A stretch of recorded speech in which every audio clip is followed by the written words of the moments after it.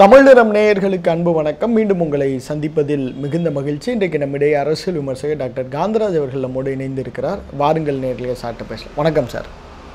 Sir, இப்போ இந்த தேர்தல் ஆணையத்தில் அதிமுக இந்த வழக்கு திரும்ப வந்திருக்கு. இரட்டலை வழக்கு திரும்ப கொண்டு வந்திருக்கிறாங்க. இப்போ பாஜக அதிமுக கூட்டணியில் தான் இருக்காங்க. இருந்தாலும் இந்த வழக்கை திரும்ப கொண்டு வந்து இவர் கேசிபி ஓபிஎஸ் அவங்கெல்லாம் கூப்பிட்டு விசாரணைக்கு அழைச்சி போயிருக்காங்க சார். அதான் மறுநாள் அவர் தான் காலை வாரிட்டார்ல பழனிசாமி. என்ன முந்தின நாள் உட்கார வச்சார். அவர் சொல்கிற இடத்துலாம் கையெழுத்து போட்டார். கூட்டணிக்கு பழனிசாமி இவர் என்னது இந்த அண்ணாமலை தான் தலைவர், அது அப்புறம் மாற்றப்படுவார். இப்போதைக்கு அவர் தலைமையில் தான் பழனிசாமி இயங்குவார். என் கூட்டணியில் ஆட்சியில் நாங்கள் அமைப்போம், 2 பேரும் சேர்ந்து தான் அமைப்போம், கூட்டணி ஆட்சி தான் அப்படின்லாம் அமித்ஷா சொல்லிட்டு போனார். ஒரு வார்த்தை கூட பேசலை, பேசாமல் இருந்தார். அன்றைக்கி பூரா பழனிசாமி ஒரு வார்த்தை இது பண்ணல. இப்போ இதில் கூட ஃபோட்டோலாம் எடுத்துகிட்டு கையெல்லாம் தூக்கி எல்லாம் போஸ்டெல்லாம் கொடுத்து கையை அமித்ஷாவே தூக்கி எல்லாம் பண்ணிட்டார். 2 நாள் கழித்து இது பண்ணார். வேணா உனக்கு 2 எம்எல்ஏ சேர்த்து கொடுக்குறேன், ஓகே, ஆட்சியில் பங்கெல்லாம் கிடையாது, போயிட்டு வா அப்படின்னாரு.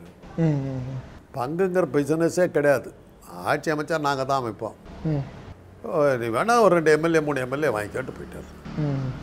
அப்போ தான் தெரிஞ்சது அமித்ஷாவுக்கு நம்மளை பக்கத்தில் உட்கார வச்சுட்டு கழுத்து எடுத்துகிட்டு போயிட்டாருன்னு. உடனே பார்த்தாரு அவங்களுக்கு இருக்கிற அஸ்திரம் என்ன, அமலா இது தேர்தல் ஆணையம் உடனே உன்னுடைய சின்னத்தை முடக்குவேன் அப்படின்னு அடுத்த பயமுறுத்தல். அதுதானே அவங்க வேலையாக தானே பயமுறுத்தல். இப்போ ரெட்டை இலையை வச்சுக்கிட்டு தான் 10 தடவை தோற்றுருக்காரு பழனிசாமி. கடைசியாக 3 எலெக்ஷன் நிற்காமே விட்டார் ரெட்டை இலையை வச்சுக்கிட்டு. ரெட்டை இலை இல்லாமையே பன்னீர்செல்வம் போய் பாஜக சின்னத்தில் நின்றுட்டு வந்துட்டார். இப்போ ரெட்டை இலை காலாவதியாகி ரொம்ப காலம் ஆச்சுங்க. அதை முடக்குனா என்ன வச்சுக்கிட்டா என்ன, அதை வச்சு அந்த ரெட்டை இலை வச்சு தாங்க 10 தடவை தோத்தார் அவர். அதெல்லாம் ஒரு காலம். ரெட்டை இலைன்னு இப்போ சொன்னால் வெற்றின்னு இருந்தது ஒரு காலம். அப்படியா? ஆமாம், இந்த காலத்தில் ரெட்டை இலை அடிக்கவே முடியாதுங்கிற அளவுக்குள்ள கொண்டு போனாங்க. ஆனால் சட்டமன்ற தேர்தலில் தான் அதே நாடாளுமன்ற தேர்தல் உள்ளாட்சி தேர்தலில் ரெட்டை கிழிஞ்சு நார் உளுந்துருச்சு உது. ஆனால் தோல்வியே சந்திக்காதவர் எம்ஜிஆர்ல சார் சொல்லுவாங்க. அதை அந்த 3% அது மாதிரி எழுதினானுங்க. Okay okay. சட்டமன்ற தேர்தலில் மாத்திரம் தான் அவர் ஜெயிச்சார். என்ன சார், நாடாளுமன்ற தேர்தல் பூராத்திலையும் எம்ஜிஆர் தோற்று தான் போனார்.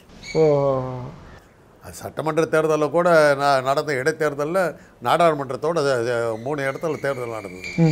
அப்போ தான் எங்கள் அண்ணன் அதிமுகவில் சேர்ந்து முதல் முறையாக எலெக்ஷன் நிற்கிறார். பணமரத்துப்பட்டியில் நிற்கிறார். 400 ஓட்டில் தப்பி பொழைச்சார். 400 ஓட்டில் தப்பிச்சார் சிவலிங்கங்கிற திமுககாரர்கிட்ட. எப்படியோ பொழைச்சி வந்தார்.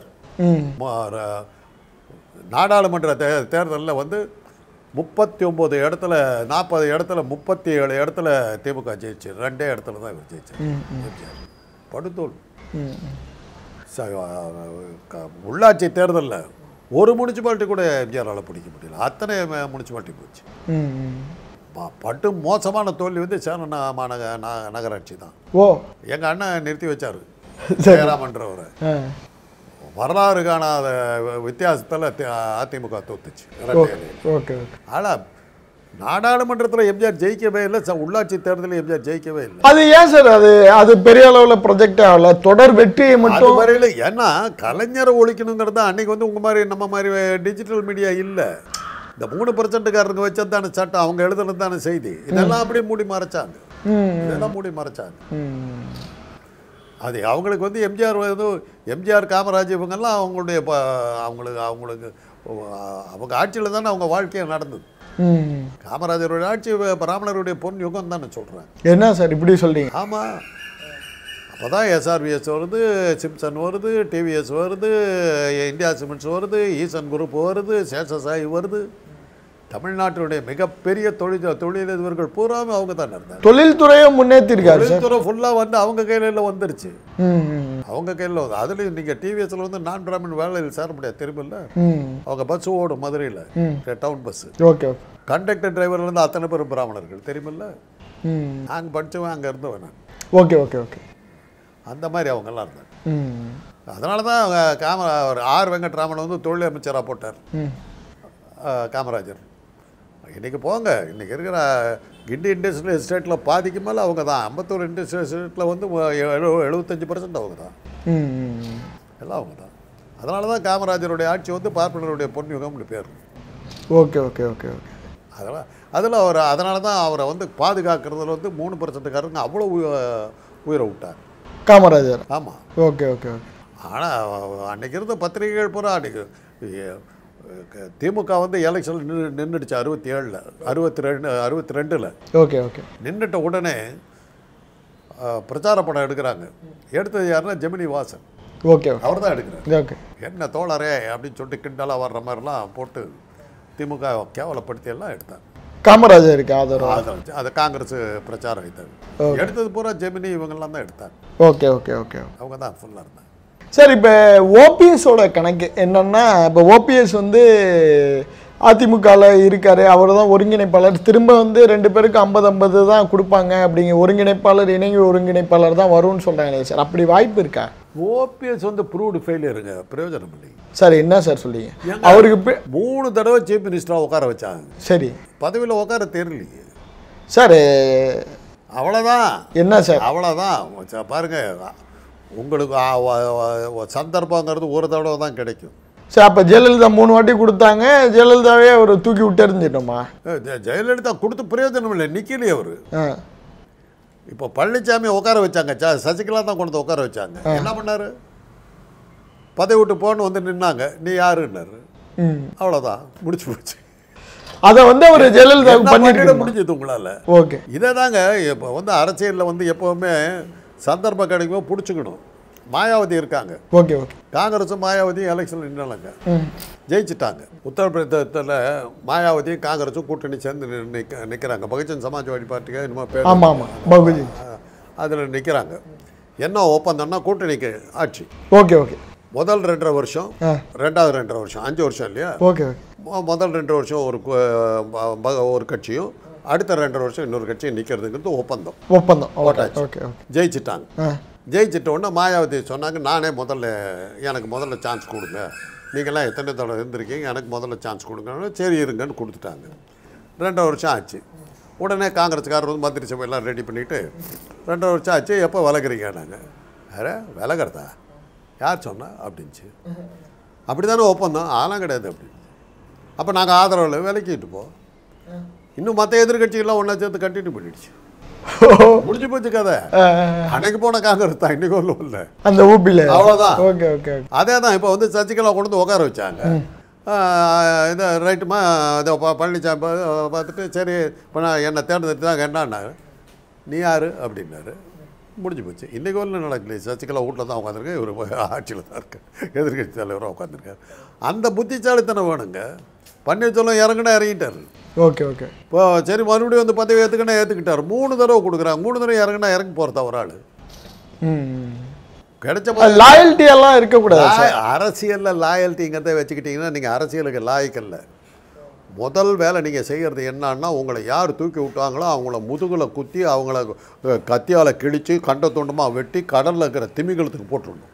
Okay okay. எலும்பு கூட கிடைக்கக்கூடாது. அவ்வளோ ஜாக்கிரதையாக இருக்கும். அப்போ தான் அரசியலில் நிற்க முடியும். யாரால் வர்றீங்களோ அவனை முதல்ல ஒழிக்கணும். அதுதான் அரசியல். இப்போ வந்து இந்திரா காந்தி தோற்று போனாங்க எலெக்ஷனில். உடனே கர்நாடகாவில் இருந்த வீரேந்திர பட்டேல் சீஃப் மினிஸ்டராக இருந்தவர், எப்படி எங்கள் தலைவி தோக்கலாம்னு சொல்லிட்டு அரிசிக்கிறேங்கிற ஊரில் இது ஒரு ஆளை ராஜினாமா பண்ண வச்சு அந்த அம்மாவை அங்கே நாடாளுமன்றத்துக்கு நிற்க வச்சார். ஜெயிச்சு முடித்து வந்த உடனே அந்த அம்மா செஞ்ச முதல் வேலை, காங்கிரஸ் முதல்வர் வீரேந்திர பட்டேல் பதவி விட்டு நீக்கினது தான். என்ன வேலை தான். அதுதான் அரசியல். Okay okay. அரசியல்லையும் சரி பதவியிலையும் சரி உங்களை யார் தூக்கி விட்டாங்களோ முதல்ல ஏன்னா அவங்க அடுத்தாலும் உங்களுக்கு போட்டியை கொண்டுருவாங்க, விடக்கூடாது. Okay okay okay okay okay. என்னைக்கு என்ன மாதிரி ஒரு முட்டாளியை நீ கொண்டு வர்றேன்னாக்கா நீ புச்சாலி ஒருத்தர் ஏன் கொண்டு வர மாட்டேன்? அதனால் முதல்ல ஒழிக்க வேண்டியது அவரைத்தான். அந்த கலையை வந்து பழனிசாமி பிரமாதமாக கற்று வச்சிருந்தார். அந்த கலை வந்து பன்னீர்செல்வத்துக்கு தெரியல. 3 தடவை பதவி கொடுத்துட்டு வெளியே போகிறாருனாக்கா அவர் வச்சுட்டு என்னத்தை பண்ணுறது? இந்த ஓபிஎஸ் வந்து இப்போ பாஜக ஒரு துருப்பு சீட்டாக வச்சுருக்கோம் சார். கடைசி நேரத்தில் ஏதாவது இருக்கட்டும்னு ஒரு வாரமாக வச்சுக்கிறது தான். எதுக்கும் இருக்கட்டும் அப்படின்னு அவ்வளோதான். அந்த மாதிரி ஆளாக தான் அவர் இருக்கார். Okay okay. Spend force okay. நிறுத்து போய்விடும். அந்த இது சமூக கணக்கெல்லாம் சொன்னாங்களே சார், அவருக்கு பின்னால் இல்லைங்களா அந்த அந்த ஜாதி பின்னணி இருந்தாங்க. இல்லை சார், இப்போ எடப்பாடியும் ஓபிஎஸும் நின்னப்ப இருந்த ஓட் பர்சன்டேஜுக்கும் எடப்பாடி தனியாக நிற்கிறப்பையும் நிறைய வித்தியாசம் இருக்கே. கிட்டத்தட்ட 10% கிட்ட வித்தியாசம் இருக்கு சார். நிறையா வருங்க.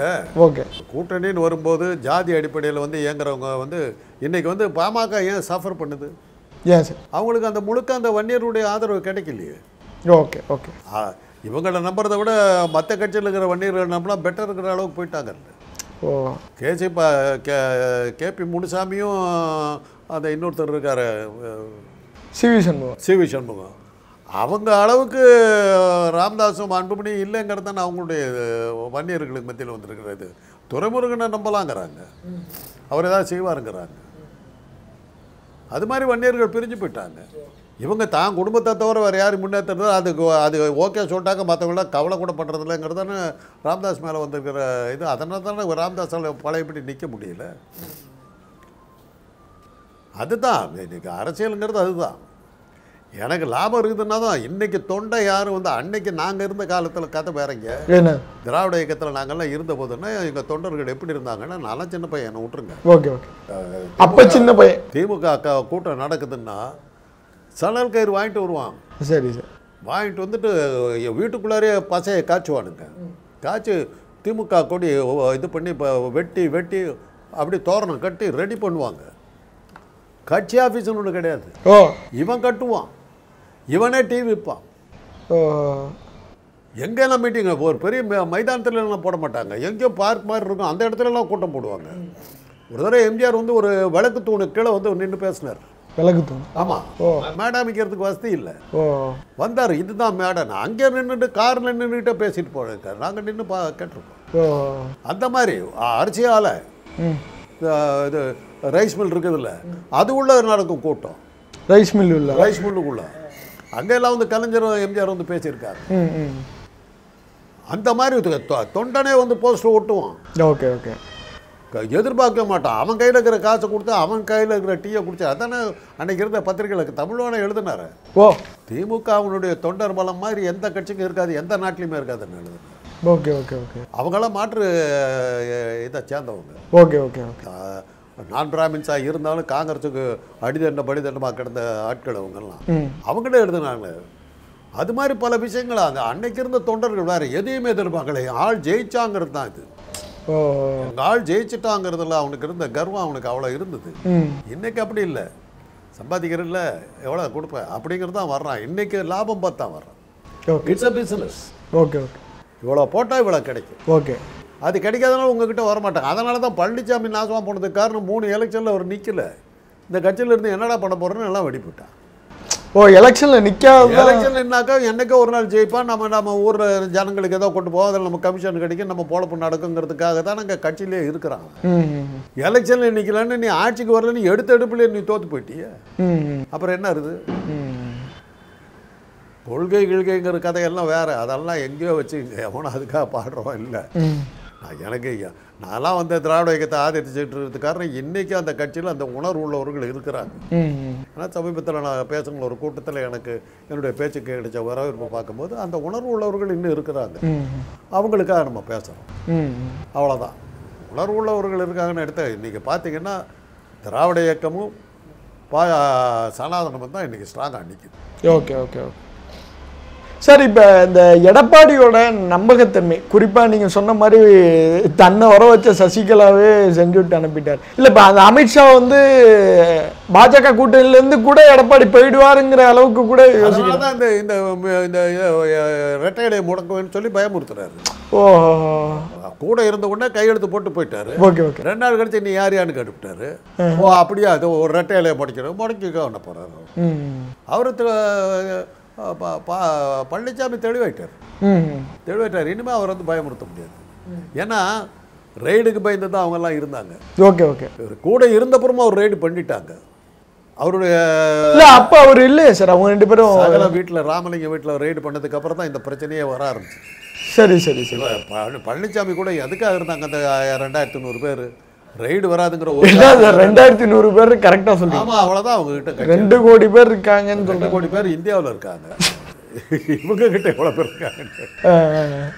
இவங்ககிட்ட 2100 பேர் அந்த பொதுக்குழு உறுப்பினர் செயற்குழு உறுப்பினர்கள் அந்த எம்எல்ஏக்கள் அதை தவிர வேறு யார் அவர்கிட்ட இருக்காங்க. அத்தனை பேர் அமலாக்கத்துறைக்கு பயந்தவங்க. இவர் காப்பாற்றுவாருங்கிறதுக்கு தான் அவர் கூட நிற்கிறாங்க. என்னைக்கு இவருடைய சகல ராமலிங்க வீட்டிலே ரைடு ஆயிடுச்சுன்னும் போது இவரை நம்பி பிரயோஜனம் இல்லைங்கிறதுனால இன்னைக்கு எல்லாரும் ஓடுறாங்க, தலை தறிக்க ஓடுறாங்க. அது போயிடுச்சு இல்லை. Okay okay. அதனால தான் இவருக்கும் வந்துருச்சு. இவ்வளோ லாயலாக நான் இருந்த புறமும் கூட என் வீட்டில் வந்து ரைடு பண்ணுறேன்னாக்கா உனக்கு நான் விசுவாசம் வருது என்ன பண்ண போகிறேன் அப்படிங்கிறது தான் இது. அதான் அல்ப புழுன்னு நினச்சிக்கிட்டு இருந்தீங்க, அது கோவிச்சுக்கிட்டு முறைக்க ஆரம்பிச்சிச்சு. இப்போ இவர் கடைசியாக அப்படி மாறுறதுக்கு வாய்ப்பு இருக்கா சார்? ஏன்னா விஜய் கூடவும் சேர்றது மாதிரி கடைசி நேரத்தில் கூட நான் வருவேன் அப்படிங்கிற மாதிரி சொல்கிறாரு. அப்படி பாஜக விட்டுருமா? இவங்களே கிளப்பி விட்ட கதை தானே இதெல்லாம். விஜயும் பழனிசாமி எத்தனை தடவை சந்திச்சு பேசிக்கிட்டாங்க? இல்லை ஃபோனில் பேசிக்கிட்டாங்க. அது ஃபோனில் பேசுறது உங்களுக்கு எப்படி தெரிஞ்சுது? புரியலையே. ஏன்னா பப்ளிக்கில் வந்து ஃபோனில் பேசினாங்க. இல்லை சார், மறைமுக பேச்சுவார்த்தைகள்லாம் நடக்குது. இதெல்லாம் நாமளாக கிளப்பி விடுறது தான். விஜய் ஏற்றி விடுறதுக்கு ட்ரம்ப் கேட்டார், கிம்ப் கேட்டார்னு இந்த இது நம்மளால் ஏற்க அந்த சீமானெலாம் போனதுக்கு வருத்தமாக இருக்குது. இருந்தது தான் என்னமா பிச்சு உதறி இருப்பார். ஃப்ரெண்டு வேற போயிட்டாப்ல, அண்ணாமலை அமெரிக்கா போயிருக்காப்ல. போனது பெரிய ஒருத்தர். இன்றைக்கி இருக்கிற தீவிரவாத தாக்குதலில் என்கிட்ட சொல்லியிருந்தா தீவிரவாதிகிட்ட பேச்சு நான் எல்லாம் செட்டில் பண்ணியிருப்பேன்னு சொல்லியிருப்பார் சீமான். ஆமக்கறி வாங்கி கொடுத்துருப்பேன், எல்லாம் செஞ்சுருப்பேன், ஏதாவது சொல்லியிருப்பார். அவர் இல்லாத ஒரு வருத்தம். அது என்ன ஆனார் அவர்? பாவம். இல்லை இருக்காரு சார், இருக்காரு. உயிரோடு இருக்கிறத பற்றி கேட்கல, அரசியல் செல்ல. அதனால் என்ன சொல்கிறேன்னா, அமலாக்கத்துறைக்கு பயந்தவங்கலாம் தான் இவரோட இருந்தாங்க. அது இன்றைக்கி இல்லைன்னு ஆகிப்போச்சு. அது இவருக்கும் தெரிஞ்சு போச்சு. இவ்வளோ விசுவாசமாக இருந்து நம்ம தலையில் கேட்கிறாங்கன்னா இவங்களுக்கு ஏன் நம்ம லாயெல்லாம் இருக்கணும். அதனுடைய விளைவு தான் இன்றைக்கி வந்து ஒரு வேளை இவ்வளோ நாளாக சோம்பி கிடந்த அதிமுக தொண்டர்கள் ஒரு வேளை பழனிசாமியை சப்போர்ட் பண்ணலாம். லேசாக ஒரு இடத்துல நமக்கு ஒரு சந்தேகம் தட்டுது. அப்படியே பட்ட மரமாக நிற்கிற இடத்துல ஒரு இலை பச்சையாக, ரெட்டை இலையில் ஒரு இலை துளுக்கு பச்சையாக தெரியுது. ஒரு வேளை இது துளுத்து மரமாக வந்துடுமோ அப்படின்னு நம்ம பார்க்குறோம். ஓ, அந்த பயம் அமித்ஷாக்கு இருக்கு. அதுதான் பயம். அதனால தான் ரெட்டை இலையை முடக்கிறதுக்கு மிரட்ட ஆரம்பிக்கிறார். அவருக்கு தெரிஞ்ச ஒரே கலை அதுதான். அவர் மிரட்டி தானே ஆட்சியை நடத்திக்கிட்டு இருக்கு. இப்போ அதை முடக்கிறதுக்கு வாய்ப்பு இருக்கா சார்? சும்மா ஹோல்டு பண்ணிட்டு போகட்டுமே. எம்ஜிஆர் வந்து திமுக விட்டு வெளியே போனாருங்க. எல்லாரும் எம்ஜிஆர் ஆக முடியாது, அது வேற. வெளியே போன போது அவருக்கு வந்து உதயசூரியன் சின்னத்தில் நிற்கக்கூடாதுங்கிறதுக்கெல்லாம் இவங்க வந்து திமுக பல வகையான இதெல்லாம் போட்டாங்க. கவலையே போட்டுக்கல, ரெட்டை இலையை கொடுத்தாங்க. ரெட்டை இலையை பாப்புலர் ஆக்கிட்டார்ல. திமுக எலெக்ஷன் நின்னும் போது 57 காங்கிரஸ் இவங்க உதயசூரியன் சின்னத்தை கேட்டாங்க. உதயசூரியன் சின்னம் வந்து தேர்தல் ஆணையம் அங்கீகாரம் கொடுத்துருச்சு. அது இவங்களுக்கு கிடைக்கக்கூடாதுங்கிறதுக்காக ஒரு டம்மி வேட்பாளரை போட்டு உதயசூரியன் கேட்கறது.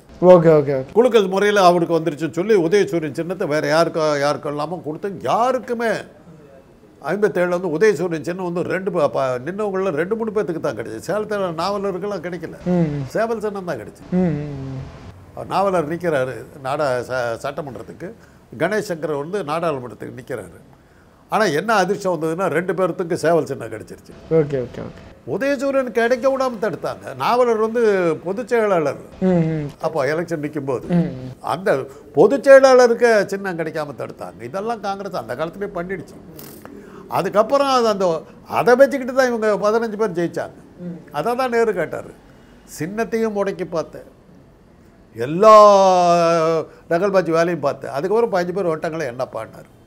2வது வாக்கு இதை பார்த்தாக்கா நெக் டு நெக்கு கழுத்தை பிடிச்சிக்கிற அளவில் இருக்குது. அப்போ தான் காமராஜ் சொன்னால் அடுத்த தடவை பார்த்துருங்க அப்படின்னு. அதான் நான் நேராக தடவை சொல்லுவேன். 62 15 50 ஆச்சு.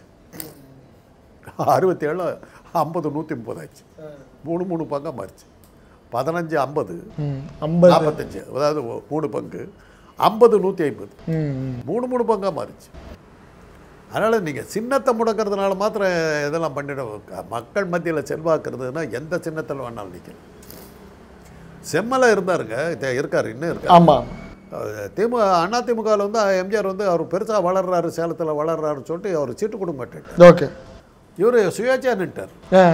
சுயேட்சா நின்று இரட்டை இலை சின்னத்தில் நிற்கிறவர் எதிர்த்து நிற்கிறார். எதிர்த்து டெபாசிட் போயிடுச்சு. ஜெயிச்சிட்டார். ஜெயிச்சுட்டு நேராக எம்ஜிஆர் காலில் விழுந்தார். என்னை நீ ஏற்றுக்கிட்டு ஆகணும், நீ என்னை அடித்தாலும் கொன்னாலும் குத்துவீராக போட்டாலும் நான் உன்னுடைய தொண்டைன்னு சொல்லி காலில் விழுந்தார். எம்ஜிஆர் ஏற்றுக்கிட்டார். ஆனால் பதவியெல்லாம் கொடுத்தார்.